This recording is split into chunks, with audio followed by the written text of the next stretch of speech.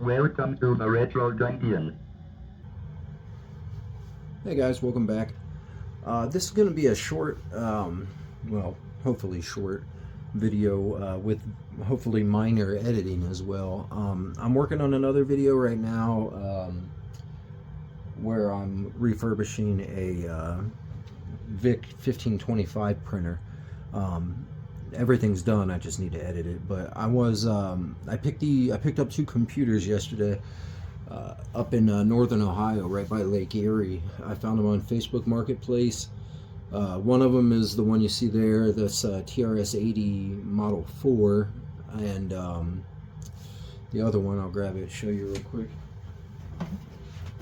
I already have two of these, but you guys are all familiar with this. This is a Commodore VIC-20, and specifically this is the newer model, the one that has the same power supply as the C64, but of course I won't use that power supply. It did come with it. I actually, when I went up there, I was just going to get the TRS-80. That's what was advertised. That's what I agreed to buy. And then when I got up there, he had a box sitting there next to this TRS-80 with the VIC-20 sitting on top of it. And of course, you know, I wanted it, but yeah, and then also it came with, here, let me show you some of these before we, some of this other stuff before we get to trying out this TRS-80. This video, we're just going to basically be seeing if these computers work, and if not, what's, you know, what they're doing. I'll probably be making, if they're not working, repair videos, or, you know, a repair video. And if they are working, I'll probably do refurbishing videos on them. But I got Mole Attack. So the VIC was in a box, and there was a bunch of stuff in there with it. I got Sargon chest. Some of these I already had, some of them I didn't. Raid on Fort Knox, I already owned that one, but I got two now. Poker, I didn't have Poker. What else we got? Jupiter Lander. I don't think I had that, which, you know, that's a pretty iconic game, so that's cool. Slots I didn't have, and I got that. And then Radar Rat Race. I think I have this already, but I'm not positive. And then this one I thought was really cool. This is one, it's IFR Flight Simulator by Academy Software, so it's not a, you know, it's not a Commodore cartridge for the VIC. I only have one other cartridge that is not, that's not made by Commodore for the VIC-20, and it's a writing software, word editing software. But also the manuals for all of the games, I think it's all of them. I got a, like, getting to know your VIC-20 book, and just other stuff like that. Here you go. I don't know if this came with the VIC-20 or if this is an aftermarket deal. Yeah, I'm not sure. I'll have to flip through it. It looks interesting, but that was in the box. Oh, also a data set, and I have like 4 of those now, but you know, they add up. And then also in the box were these guys, original Commodore VIC-20 tapes. So that was another cool score. And again, this is all, you know, bonus stuff. I didn't even know that this was going to be there. And then also there were three different compute magazines from 1983, I think is what they all said. July 1983, June 1983, and August. Just you know, old compute magazines that have some stuff for the VIC in it. From what it looks like, the gentleman, so the guy I actually got these from, he was cleaning out his friend's house who had passed away sadly from cancer, and he was just cleaning his stuff out, you know, to get it ready to, you know, get rid of it or whatever he was doing. So I got a great price for it. Also, the TRS-80 came with the original factory cover, which I thought was neat. It needs cleaned up. It's very yellowed, but yeah. So it came with the VIC-20 came with, you know, ironically, because like I said, I didn't even know that was going to be part of it, but it is. But it came with some extra books and stuff like that. Really cool. But anyway, with the TRS-80, right before I went up there, the guy did say that he plugged this in and it didn't do anything. Now we're going to find out what it does do here in a second, but I'm not sure if he flipped the power switch. The power switch on it, I didn't even know where it was. It's under the keyboard on the right, so the power switch is hidden up under here. So I'm going to flip it here in a second. We'll see what it does. I might tilt it a little bit, get it aimed more towards the camera than it is. But I'm just curious to see if it does anything at all. I've heard that there's reefas in this power supply, in the TRS-80's power supply, and I've heard that they're pretty commonly blowing up. So we could get a smoke show here. Or, you know, it could just fire up or do nothing. The guy said that when he tried it didn't do anything. No screen, no sound, nothing at all.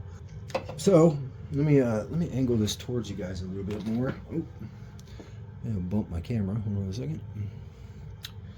Turn that a little bit in. And 3, 2, 1.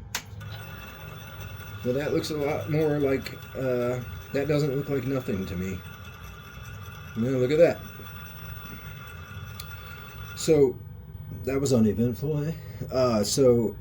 First of all, the brightness is way out. The screen size is way out. That could be capacitors. It looks like from there either the brightness is way off, or the screen pot on the or the screen adjustment on the flyback is way off. You can even see some lines up off of the screen. You guys see that at the top, up off of all that white spot, there's more. I don't know if that's going to be caps or if that's going to be the flyback being turned up too high. I'm actually kind of surprised, kind of not, because I'm guessing, the guy I got this from wasn't a computer guy. Like I said, he's just cleaning it out for his friend, and the guy had this in his basement for however many years. But I'm guessing he plugged it in and hit this reset button, and it didn't do anything. And of course it didn't, because the power switch was off. Okay, so anyway, that's this one, and that gives us our starting point. First of all, the screen looks really good. Like the what's on there, I think you guys can kind of see that. It says CASS. I'm not familiar with this TRS-80 at all. I haven't messed with any of these, so I'm guessing that's asking for a cassette, but that's just a guess. It did come with a couple of discs, by the way. They're sitting next to it. I guess we could throw one in and see if it wants to boot up. Let me shut this off. I think one of these is, so one of these discs is TRS-80, TRS-DOS backup. It says VIC-20, and it looked like it was trying to boot out of this drive, so we'll throw this in here and turn it back on and see what it does. But the screen looked very crisp, very clear, but it's not color, so it has that. Usually the black and white displays, or the grayscale displays, whatever it may be, they're a lot more crisp than colored displays, because they don't use they don't have the color signal mixed in. But all right, here we go. Fire that up with that in there, see if the disk drive works, maybe, or if that disk works. That disk was in it over all these years. No, it doesn't look like it. Again, it could be the disk that's bad, it could be the disk drive. I have no idea, but that's okay. Like I said, this video wasn't really meant to be testing or anything. I just wanted to see if what they did, if they were working at all. I was anxious to find out. And I've already got the I've got the other video. I'm working on editing it. It'll be up soon, but I was just anxious to see if these worked, and if they did, to what degree. So it looks like this one's going to need a little bit of a repair video. I have some other discs that are for TRS that I got with like a lot of discs I bought.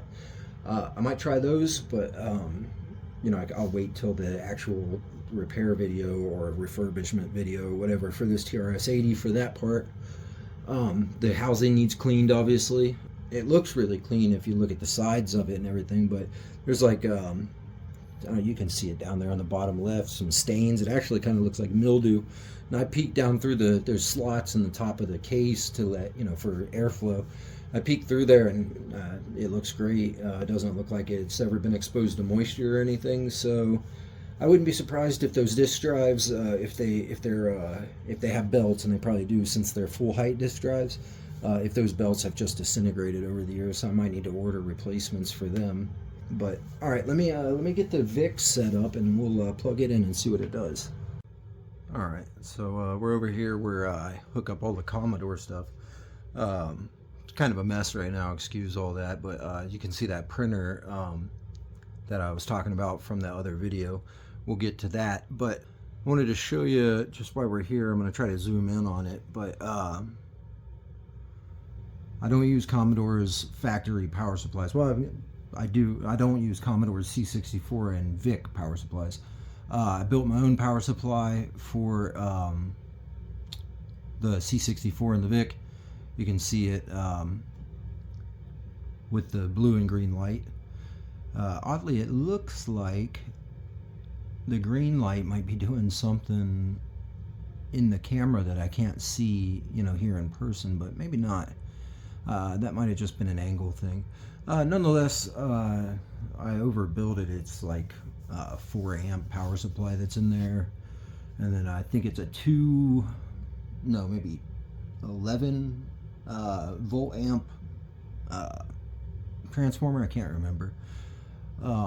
I built that when I first got my C64C, which was the first retro computer that I bought.